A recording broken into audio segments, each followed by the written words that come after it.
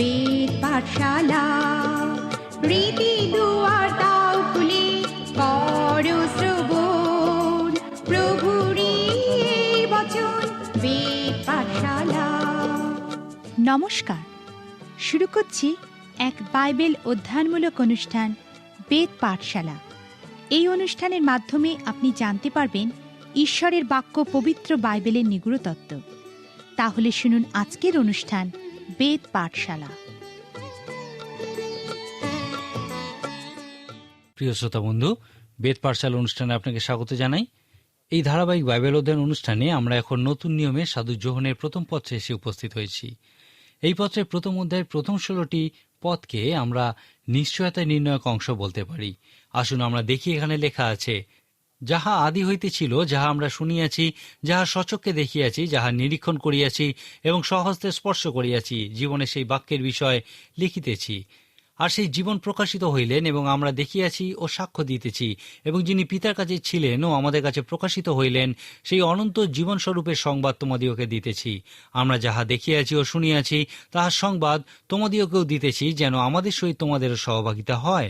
আর আমাদের যে সহভাগিতা, তাহা পিতার এবং তাহার পুত্র যীশু খ্রিস্টের সহিত। আমাদের আনন্দ যেন সম্পূর্ণ হয়, এই জন্য এ সকল লিখিতেছি। আমরা যে বার্তা তাহার কাছে শুনিয়া তোমাদিওকে জানাইতেছি, তাহা এই, ঈশ্বর জ্যোতি এবং তাহার মধ্যে অন্ধকারে লেশমাত্র নাই। আমরা যদি বলি যে তাহার সহিত আমাদের সহভাগিতা আছে, আর যদি অন্ধকারে চলি, তবে মিথ্যা বলি, সত্য আচরণ করি না। কিন্তু তিনি যেমন জ্যোতিতে আছেন, আমরাও যদি তেমনই জ্যোতিতে চলি, তবে পরস্পর আমাদের সহভাগিতা আছে, এবং তাহার পুত্র যিশুর রক্ত আমাদিওকে সমস্ত পাপ হইতে সূচি করে। আমরা যদি বলি যে আমাদের পাপ নাই, তবে আপনারা আপনাদিওকে ভুলাই, এবং সত্য আমাদের অন্তরে নাই। যদি আমরা আপন আপন পাপ স্বীকার করি, তিনি বিশ্বস্ত ও ধার্মিক, সুতরাং আমাদের পাপ সকল মোচন করিবেন এবং আমাদিওকে সমস্ত অধার্মিকতা হইতে সূচি করিবেন। যদি আমরা বলি যে পাপ করি নাই, তবে তাহাকে মিথ্যাবাদী করি, এবং তাহার বাক্য আমাদের অন্তরে নাই। হে আমার বৎসেরা, তোমাদিওকে এই সকল লিখিতেছি, যেন তোমরা পাপ না করো। আর যদি কেহ পাপ করে, তবে পিতার কাছে আমাদের এক সহায় আছেন, তিনি ধার্মিক, যীশু খ্রিস্ট। আর তিনি আমাদের পাপার্থক প্রায়শ্চিত্ত, কেবল আমাদের নয়, কিন্তু সমস্ত জগতেরও পাপার্থক। আর আমরা ইহাতেই জানিতে পারি যে তাহাকে জানি, যদি তাহার আজ্ঞা সকল পালন করি। যে ব্যক্তি বলে আমি তাহাকে জানি, তথাপি তাহার আজ্ঞা সকল পালন না করে, সে মিথ্যাবাদী, এবং তাহার অন্তরে সত্য নাই। কিন্তু যে তাহার বাক্য পালন করে, তাহার অন্তরে সত্য ঈশ্বরের প্রেম সিদ্ধ হইয়াছে। ইহাতেই আমরা জানিতে পারি যে তাহাতে আছি। যে বলে আমি তাহাতে থাকি, তাহার উচিত যে তিনি যেরূপ চলিতেন, সেও তদ্রূপ চলে। এই পদগুলিতে আমরা অনেক সুগভীর সত্য দেখতে পাই। একটা প্রবাদ বাক্য আছে যা বলে, যে ব্যক্তি কিছু জানে না এবং সে জানে না যে সে কিছু জানে না, সে একটা বোকা, তাকে এড়িয়ে চলো। যে ব্যক্তি কিছু জানে না এবং সে জানে যে সে কিছু জানে না, সে একটা বাচ্চার তুল্য, তাকে শিক্ষা দাও। যে ব্যক্তি জানে এবং সে জানে না যে সে জানে, সে ঘুমাচ্ছে, তাকে জাগিয়ে দাও। কিন্তু যে ব্যক্তি জানে এবং সে এই বিষয়ে সচেতন যে সে জানে, সে একজন নেতা, তাকে অনুসরণ করো। কোনো একজন ব্যক্তি এইভাবেই সাধু যোহনের লেখা প্রথম পত্রটিকে বর্ণনা করেছেন। এই সাধু যোহন, যিনি একটি সুসমাচার, প্রকাশিত বাক্য এবং আরও 2টি পত্র লিখেছেন, তিনি সর্বদা আমাদেরকে বলেছেন যে কেন তিনি লিখেছেন। সুসমাচারটি লেখার উদ্দেশ্য রূপে তিনি যা বলেছিলেন, তা কি আপনার মনে আছে? তিনি বলেছিলেন যে যীশুখ্রিস্ট অনেক চমৎকার কাজ করেছেন, আর যদি সেই সমস্ত কিছু লিপিবদ্ধ করা যেত, তাহলে এত বই হতো যে সমস্ত পৃথিবীতেও তা ধরত না। কিন্তু যোহন 20 অধ্যায় 30-31 পদে তিনি বলেছেন, যীশু শিষ্যদের সাক্ষাতে আরও অনেক চিহ্ন কার্য করিয়াছিলেন, সে সকল এই পুস্তকে লেখা হয় নাই, কিন্তু এই সকল লেখা হইয়াছে যেন তোমরা বিশ্বাস করো যে যীশুই খ্রিস্ট, ঈশ্বরের পুত্র, আর বিশ্বাস করিয়া যেন তাহার নামে জীবন প্রাপ্ত হও। সাধু যোহনের সুসমাচারটি লেখার উদ্দেশ্য জানার পর আমরা এই সুসমাচারটির প্রত্যেকটি অধ্যায়ে এই প্রশ্নগুলির অন্বেষণ করেছি যে যীশুখ্রিস্ট কে, বিশ্বাস কি, জীবন কি। সাধু যোহন তার লেখা সুসমাচারটির প্রত্যেকটি অধ্যায়ে এই প্রশ্নগুলির উত্তর দিয়েছেন। এখন এই পত্রে আমরা দেখি যে সাধু যোহন আবার বলেছেন যে কেন তিনি ইহা লিখেছেন। এই পত্রের 5 অধ্যায় 13 পদে তিনি লিখেছেন, তোমরা যাহারা ঈশ্বরের পুত্রের নামে বিশ্বাস করিতেছ, আমি তোমাদিওকে এই সকল কথা লিখিলাম, যেন তোমরা জানিতে পারো যে তোমরা অনন্ত জীবন পাইয়াছ। সাধু যোহন সুসমাচারটি লিখেছিলেন যেন আমরা বিশ্বাস করি ও অনন্ত জীবন লাভ করি। আর এখন তিনি যারা বিশ্বাস করে এবং পরিত্রাণ পেয়েছে তাদের উদ্দেশ্যে এই পত্র লিখেছেন। তিনি তাদের উদ্দেশ্যে লিখেছেন যারা বিশ্বাস করে, যেন তারা জানতে পারে যে তারা বিশ্বাস করে এবং তারা প্রকৃত বিশ্বাসীতে পরিণত হয়। তিনি নিজের কথা পুনরাবৃত্তি করেছেন। প্রথম যোহন 5:13 তিনি বলেছেন, আমি তোমাদেরকে এই সকল কথা লিখলাম যেন তোমরা বিশ্বাস করো এবং তোমরা জানতে পারো যে তোমরা বিশ্বাস করো। প্রকৃতপক্ষে এখানে তিনি বলতে চেয়েছিলেন, তোমরা যারা বিশ্বাস করো আমি তাদের উদ্দেশ্যে লিখছি যেন তোমরা তোমাদের বিশ্বাস ও পরিত্রাণের বিষয়ে সম্পূর্ণ নিশ্চিত হও এবং তারপর যেন তোমরা তোমাদের অন্তরে প্রকৃতই বিশ্বাসী হও। ইহার অর্থ হল সাধু যোহনের প্রথম পত্রটিতে আমরা একটি বিষয়েরই অন্বেষণ করি। এক কথায় বলা যায় আমরা এখানে নিশ্চয়তার বা পরিত্রাণের নিশ্চয়তার অন্বেষণ করি। মানুষ সুরক্ষিত নয়। আমরা আমাদের জীবনের অনেক ক্ষেত্রেই, বিশেষ করে আত্মিক ক্ষেত্রে সুরক্ষিত নই। অনেক মানুষ তাদের বিশ্বাস ও তাদের পরিত্রাণের ক্ষেত্রে সুরক্ষিত নয়। সেই জন্যই আত্মিক ক্ষেত্রে মানুষ সহজেই ভীত হয়ে পড়ে। যদি আপনি অসুরক্ষিত হন এবং পরিত্রাণের নিশ্চয়তা আপনার না থাকে, তাহলে আপনার জন্যই সাধু যোহন লিখেছেন, আমি এই উদ্দেশ্যেই লিখলাম যেন তোমরা নিশ্চিতভাবেই অনন্ত জীবনের অধিকারী হতে পারো। সাধু যোহন লিখিত সুসমাচারটি অধ্যয়নের সময় আমি আপনাকে সেই সমস্ত পদগুলিতে অধিক মনোযোগ দিতে বলেছিলাম যেখানে সাধু যোহন আমাদের কিছু বিশ্বাস করতে বলেছেন। যখন কোনো ব্যক্তি কোনো পালককে বলেন যে আমি যদিও বিশ্বাসী নই কিন্তু আমি বাইবেল পড়া শুরু করতে চাই কারণ এই বিষয়ে আমি খুবই আগ্রহী, তখন বেশিরভাগ পালকই তাকে বলবেন আপনি সাধু যোহন লিখিত সুসমাচারটি থেকেই পড়া শুরু করুন, কারণ সাধু যোহন এই উদ্দেশ্যে লিখেছেন যেন আপনি বিশ্বাস করেন। সুতরাং সাধু যোহনের লেখা সুসমাচারটি পড়ুন এবং যেখানেই তিনি আপনাকে কিছু করতে বলেন সেই অংশের তলায় দাগ দিন। সাধু যোহনের প্রথম পত্রটি অধ্যয়নের সময় কল্পনা করুন যে আপনি বিশ্বাসী হয়েছেন কিন্তু আপনার নিশ্চয়তার অভাব আছে। আপনার একথা জানার প্রয়োজন আছে যে আপনি জানেন। এই পত্রে যেখানে বা যেভাবে সাধু যোহন আপনার উদ্দেশ্যে বলেছেন যে আপনি কিভাবে প্রকৃতই জানতে পারবেন যে আপনি বিশ্বাস করেন এবং আপনি পরিত্রাণ পেয়েছেন, সেই সমস্ত পদের নিচে দাগ দিন এবং এইভাবে আপনি আবিষ্কার করবেন যে সাধু যোহন এই বিষয়ে কত সুন্দরভাবে আপনাকে বলেছেন। প্রথম যোহন পত্রটি থেকে অনুষ্ঠানের শুরুতেই আমি যে 16টি পদ পড়েছি তা আমাদেরকে বলে যে এই পত্রে সাধু যোহন কি বলতে চলেছেন। সাধু যোহন লিখিত সুসমাচারে প্রথম 18টি পদে সাধু যোহন যে ভূমিকা দিয়েছিলেন তা কি আপনার মনে আছে? তিনি একজন প্রচারকের মতো বলেছিলেন, তোমরা যখন প্রচার করবে তখন 3টি বিষয় মনে রাখবে। প্রথমত, তোমরা কি বলতে চলেছ তা তাদেরকে বলো, তারপর মূল বিষয়টা বলো, তারপর তোমরা যা বলেছ উপসংহার রূপে আরেকবার তাদেরকে তা বলো। সাধু যোহন এইভাবেই প্রচার করেছেন। সাধু যোহন লিখিত সুসমাচারে প্রথম 18 পদে তিনি বলেছেন যে তিনি কি বলতে চলেছেন, তারপর তিনি মূল বিষয়টা বলেছেন। তারপর সুসমাচারটির শেষের দিকে 20 অধ্যায় 13 থেকে 31 পদে তিনি সমস্ত সুসমাচারে যা বলেছেন আমাদেরকে আরেকবার তা মনে করিয়ে দিয়েছেন। সাধু যোহন তার প্রথম পত্রেও এই একই কাজ করেছেন। এই পত্রের প্রথম 16টি পদে তিনি বলেছেন যে তিনি কি বলতে চলেছেন। যদি আপনার মধ্যে পরিত্রাণের নিশ্চয়তার অভাব থাকে, আত্মিক ক্ষেত্রে যদি আপনি সুরক্ষিত না হন, বিশ্বাসে যদি আপনি সুরক্ষিত না হন, তাহলে এই 16টি পদকে আপনি আপনার বিশ্বাস ও পরিত্রাণের নিশ্চয়তা নির্ণয়ক অংশরূপে ব্যবহার করতে পারেন। এই অংশটি থেকে আমরা 8টি বিষয় দেখব। প্রথম বিষয়টা হলো ঘটনাবলী। লক্ষ্য করুন, সাধু যোহন আমাদেরকে বলেছেন যে বিশ্বাস বিভিন্ন বিষয় বা ঘটনার উপর ভিত্তি করে গড়ে ওঠে। বিশ্বাস অন্ধকারে পদক্ষেপ নেওয়া নয়, বিশ্বাস আলোতে লম্পঝম্প করাও নয়, বিশ্বাস প্রমাণের উপর ভিত্তি করে গড়ে ওঠে। ইব্রিয় 11 অধ্যায় 1 পদ বলে, বিশ্বাস প্রত্যাশিত বিষয়ের নিশ্চয় জ্ঞান। বিশ্বাস আপনার প্রত্যাশাকে নিশ্চিত করে। বিশ্বাস ও প্রত্যাশার মধ্যে একটা পার্থক্য আছে। প্রত্যাশা শুধুমাত্র প্রত্যাশাই, কিন্তু বিশ্বাসের একটা সুনির্দিষ্ট ভিত্তি আছে। সেই জন্য সাধু যোহন আমাদেরকে বলেছেন যে সুসমাচারে আমরা বিশ্বাস করি যে তা আমাদের পরিত্রাণ করে, সেই সুসমাচার প্রথমত বিভিন্ন বিষয় বা ঘটনা ভিত্তিক। সাধু যোহন বলেছেন, আমি তোমাদেরকে এমন কিছু বিষয় লিখছি যা আমরা দেখেছি ও শুনেছি, আমাদের কাছে ইহা প্রকাশিত হয়েছিল এবং আমরা প্রকৃতই ইহা প্রত্যক্ষ করেছি। সাধু যোহন এখানে যে গ্রিক শব্দগুলি ব্যবহার করেছিলেন তার অর্থ হলো আমরা কোনো ঘটনাকে কিছুটা দূর থেকে প্রত্যক্ষ করেছি এবং একজন জহুরি যেভাবে রত্ন পরীক্ষা করে আমরা সেইভাবে এই ঘটনা প্রত্যক্ষ করেছি। সাধু যোহন এখানে নিশ্চিতভাবে পুনরুত্থিত খ্রিস্টের কথাই বলেছেন। তিনি বলেছেন, শোনো, আমরা তাকে চাক্ষুষ প্রত্যক্ষ করেছি, আমরা তার হাতে পেরেকের ক্ষতে আঙুল দিয়ে দেখেছি, আমরা তার গায়ে হাত রেখেছি। উত্থিত খ্রিস্টে আমাদের বিশ্বাস প্রকৃত ঘটনার উপর ভিত্তি করেই গড়ে উঠেছে। সাধু যোহন লিখিত সুসমাচার এবং নতুন নিয়মের অন্যান্য বইগুলির তুলনা করলে আমরা সুসমাচার বিষয়ক 2টি ঘটনা দেখতে পাই। মনে রাখুন, সেই 2টি ঘটনা হল যীশুখ্রিস্টের মৃত্যু এবং যীশুখ্রিস্টের পুনরুত্থান। সাধু পৌল বলেছিলেন, যীশুখ্রিস্ট আমাদের পাপের জন্য মৃত্যুবরণ করেছিলেন। পবিত্র শাস্ত্রানুযায়ী যীশুখ্রিস্ট আমাদের পাপের জন্য মৃত্যুবরণ করেছেন এবং তিনি মৃত্যু থেকে পুনরুত্থিত হয়েছেন। প্রথম করিন্থীয় 15 অধ্যায়ে সাধু পৌল বলেছেন, তোমাদের কাছে আমি ইহাই প্রচার করেছিলাম, তোমরা ইহাই বিশ্বাস করেছিলে, তোমরা ইহাই গ্রহণ করেছিলে, তোমাদেরকে ইহাই রক্ষা করেছিল এবং তোমরা ইহার উপরই দাঁড়িয়ে আছো। আর যদি তোমরা অন্য কিছুর উপর দাঁড়িয়ে থাকো তাহলে তোমরা হারিয়ে গেছো। নিশ্চয়তা নির্ণায়ক অংশে দ্বিতীয় বিষয়টা হলো বিশ্বাস। প্রথম বিষয়টি হলো সুসমাচার বিষয়ক ঘটনা, দ্বিতীয় বিষয়টা হলো এই ঘটনাগুলির প্রতি বিশ্বাস, তৃতীয় বিষয়টা হলো যীশুখ্রিস্টের মৃত্যুর ঘটনায় বিশ্বাসের ফল। যীশুখ্রিস্ট আমাদের পাপের জন্য মৃত্যুবরণ করেছিলেন। যখন আপনি ইহা বিশ্বাস করেন তখন ইহা কি ধরনের পার্থক্য সৃষ্টি করে? এই পৃথিবীতে ইহা সমস্ত পার্থক্য সৃষ্টি করে। আপনি কি জানেন আপনার পাপ ক্ষমা করা হয়েছে? আপনি কি আপনার পাপভার সারা জীবন ধরে বয়ে চলেছেন? অথবা আপনার কি সেই নিশ্চয়তা আছে যে আপনার পাপ ক্ষমা করা হয়েছে? কোনো একজন বলেছিলেন, ঈশ্বর যা ভুলে যান আমরা তা মনে রাখি, এবং ঈশ্বর যা মনে রাখেন আমরা তা ভুলে যাই।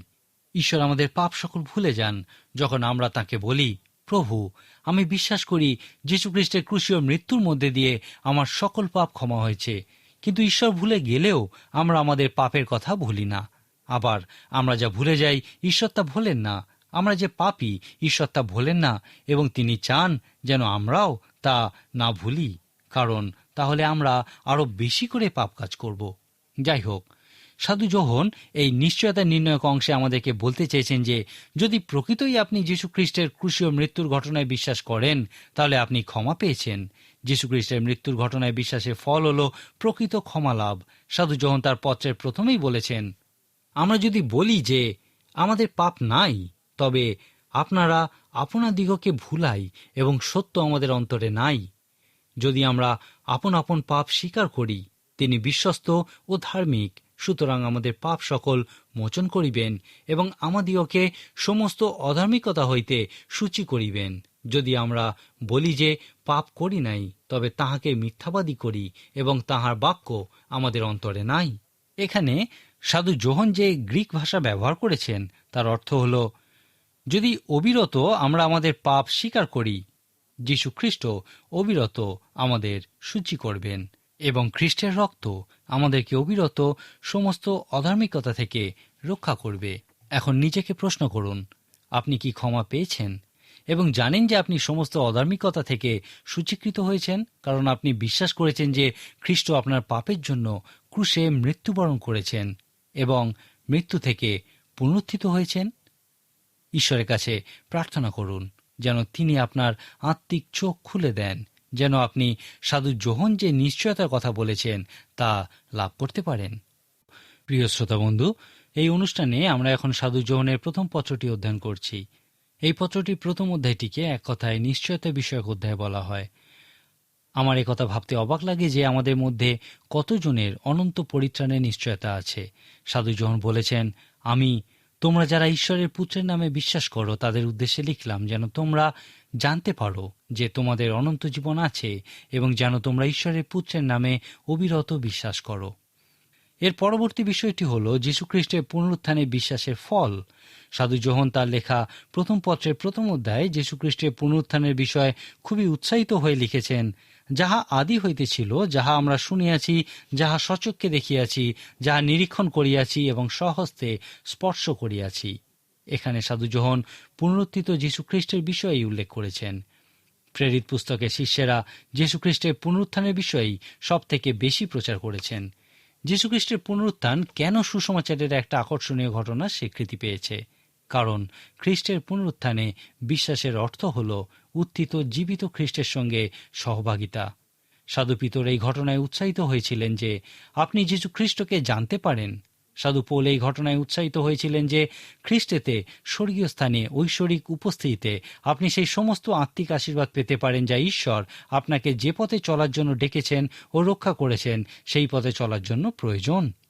সাধু যোহনও পুনরুত্থিত খ্রিস্টের সম্বন্ধে বিশেষ উৎসাহী। সুসমাচারের সবথেকে আকর্ষণীয় বিষয় আমাদের পাপের জন্য যীশুখ্রিস্টের মৃত্যু নয়, যদিও ইহা খুবই গুরুত্বপূর্ণ এবং আকর্ষণীয় বিষয় যখন আমরা জানি যে আমরা পাপী এবং আমাদের এই পাপবোধ আছে।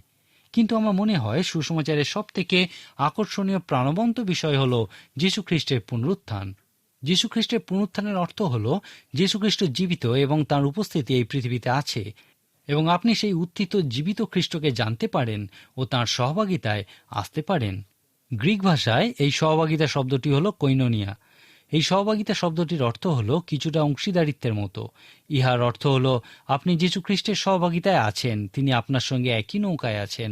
যেমন তিনি সাধু পিতরের নৌকায় ছিলেন এবং তা মাছে পূর্ণ করেছিলেন, তেমনি তিনি আপনার নৌকায় আপনার জীবনে থাকতে পারেন। যীশু খ্রিস্ট যখন আপনার সঙ্গে একই নৌকায় থাকেন তখন তা প্রকৃতই বড় একটা পার্থক্য সৃষ্টি করে, কারণ আপনি তাঁর সহভাগিতায় আছেন, অর্থাৎ তাঁর সমস্ত কিছু এক অর্থে আপনার, কারণ তিনি আপনার সঙ্গে একই নৌকায় আছেন। ইহা জানা প্রকৃতই আকর্ষণীয় যে আপনি যীশু খ্রিস্টের সঙ্গে সহভাগিতায় বা অংশীদারিত্বে আছেন।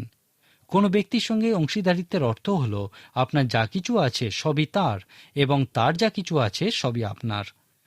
আপনারা নিজেদের মধ্যে সমস্তটাই ভাগ করে নেন। এখন যীশু খ্রিস্টের সঙ্গে অংশীদারিত্বের বিষয়ে চিন্তা করুন। ইহা কি প্রকৃতই আকর্ষণীয় বিষয় নয়? যীশুখ্রিস্ট আমার অংশীদার। ইহা আমি করি না, কিন্তু তিনি করেন। আমি কে সেটা বড় বিষয় নয়, কিন্তু তিনি কে সেটাই হলো মূল বিষয়, কারণ তার সঙ্গে আমার অংশীদারিত্ব আছে। তার যা কিছু সবই আমার, কারণ তার সঙ্গে আমার সমান অংশীদারিত্ব আছে। একইভাবে আমার যা কিছু আছে সবই তার।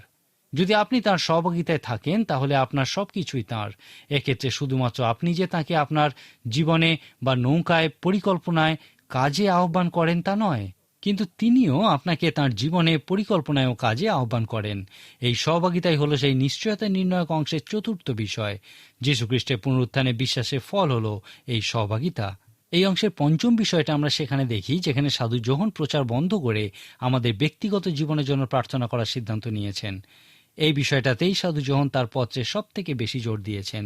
এই বিষয়টা হলো অনুসরণ করা। নিশ্চয়তা বিষয়ক এই ছোট্ট পত্রটিতে যখন আপনি নিজের পরিত্রাণের বিষয়ে নিশ্চিত হতে চাইবেন, তখন এই অনুসরণ করা বিষয়টি আপনার কাছে সব থেকে প্রয়োজনীয় হয়ে উঠবে। মানুষ যখনই যীশু খ্রিস্টকে বলেছে যে তারা তাকে বিশ্বাস করে, তিনি বলেছেন, আমাকে অনুসরণ করো। যদি আমাকে অনুসরণ করো, আমি তোমাকে নিশ্চিতভাবেই খ্রিস্টের মতো তৈরি করব। তোমাদের জন্য যেরকম পরিকল্পনা করা হয়েছে আমি তোমাদেরকে সেইভাবে তৈরি করব। সাধু যোহন বারবার বলেছেন, আমরা জানি, কারণ আমরা তার আদেশ ধরে রেখেছি এবং আমাদেরকে যা বলা হয়েছে তাই করছি। এইভাবেই আমরা জানতে পারি। অতএব সেই নিশ্চয়তা বিষয়ক অংশে অনুসরণ করা হলো একটা বিশেষ গুরুত্বপূর্ণ বিষয়।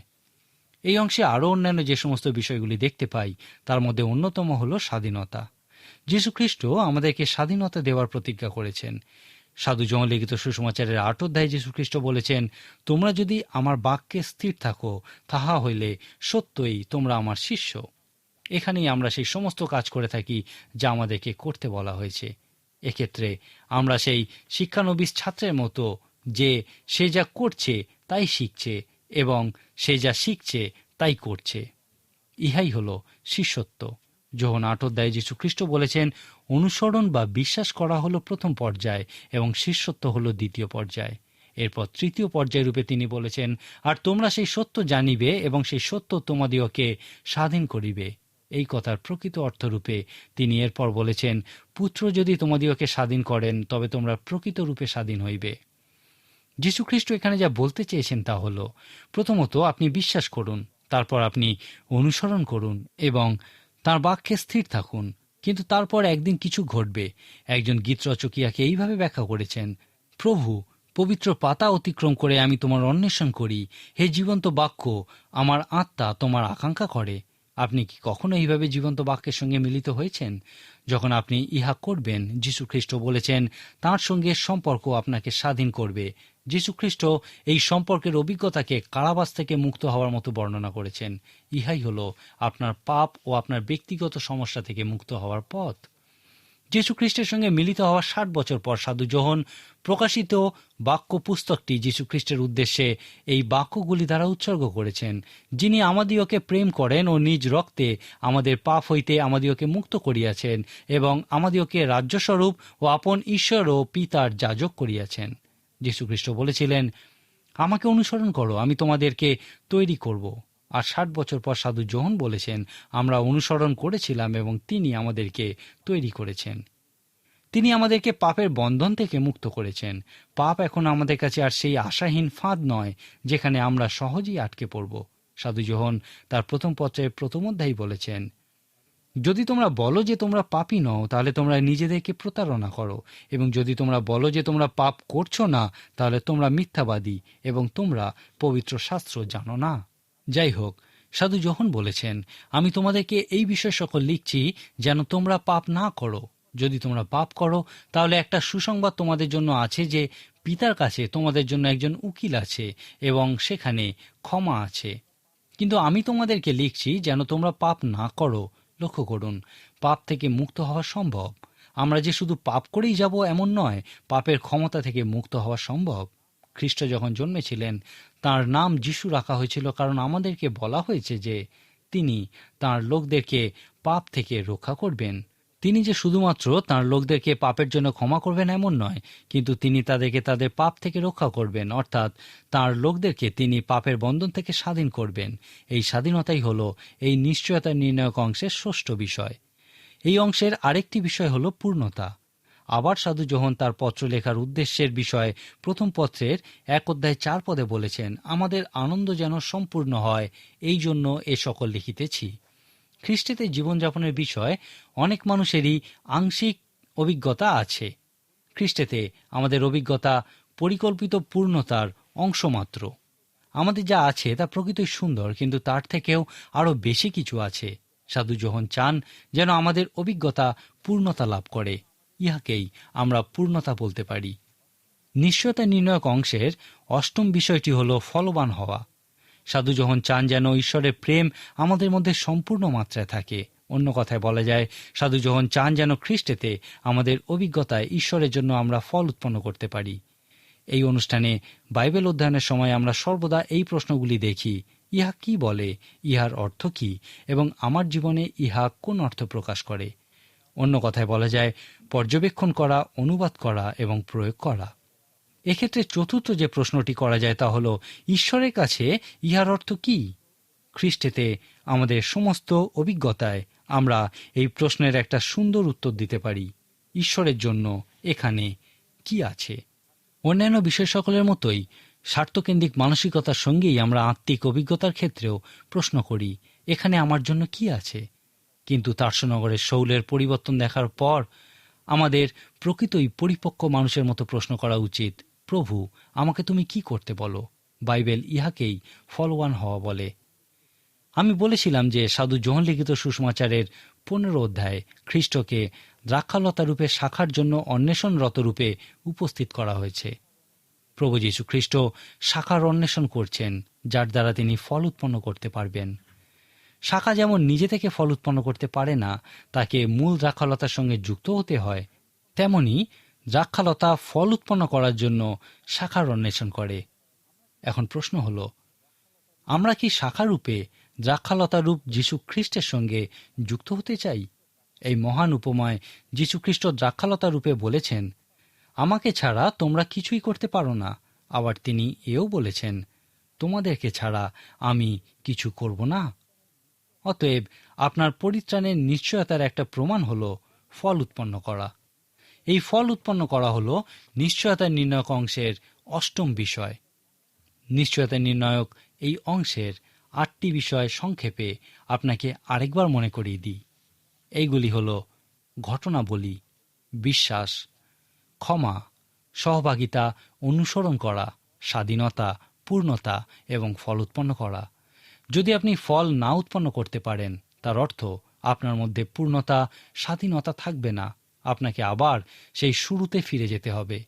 সাধু পৌল নিজেদেরকে পরীক্ষা করার বিষয় বলেছেন।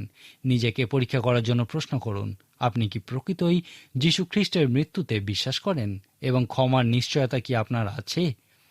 আপনি কি তাঁর পুনরুত্থানে বিশ্বাস করেন এবং তাঁর সঙ্গে কি আপনার সহভাগিতা আছে? যদি আপনি এই আশ্বাস বা নিশ্চয়তা হারিয়ে ফেলেন, সেক্ষেত্রে এখানে সম্ভবত সবথেকে গুরুত্বপূর্ণ বিষয় হবে অনুসরণ করা। এই বিষয়টাই অন্য যে কোনো বিষয়ের থেকে অনেক দ্রুত আপনার নিশ্চয়তা ফিরিয়ে আনতে পারে। ঈশ্বর হয়তো আপনাকে কিছু করতে বলছেন যা আপনি করছেন না। যখন আপনি ইহা উপলব্ধি করবেন এবং ঈশ্বরের অনুগ্রহে সেই কাজ করবেন, তখন আবার আপনার নিশ্চয়তা ফিরে আসবে। সাধু যোহনের প্রথম পত্রের ভূমিকা রূপে আমি এই বিষয়গুলি বললাম। এই নিশ্চয়তা বিষয়ক অংশে সাধু যোহন আপনাকে দেখাচ্ছেন যে কিভাবে আপনি জানবেন যে আপনি পরিত্রাণ পেয়েছেন। আজকের মতো এখানেই শেষ করি। ঈশ্বর আপনার মঙ্গল করুন। প্রিয় শ্রোতা বন্ধু, বেদ পাঠশালা অনুষ্ঠানটি কেমন লাগলো এবং আপনি যদি বিনামূল্যে বাইবেল অধ্যয়ন সহায়ক পুস্তিকা পেতে চান তাহলে পত্রের মাধ্যমে, ইমেলে অথবা ফোনে আপনি আমাদের সাথে যোগাযোগ করতে পারেন। আমাদের ফোন নম্বর হল 24380045। ইমেলের জন্য লিখুন bengalivp@radio882.com। শেষে জানাই আমাদের ঠিকানা বেদ পাঠশালা, পোস্ট বক্স নম্বর 16925, কলকাতা 700034। আমাদের আরেকটি ঠিকানা হল বেদ পাঠশালা, জিপিও বক্স নাম্বার 87, শিলিগুড়ি 1। তাহলে আবার দেখা হবে। নমস্কার।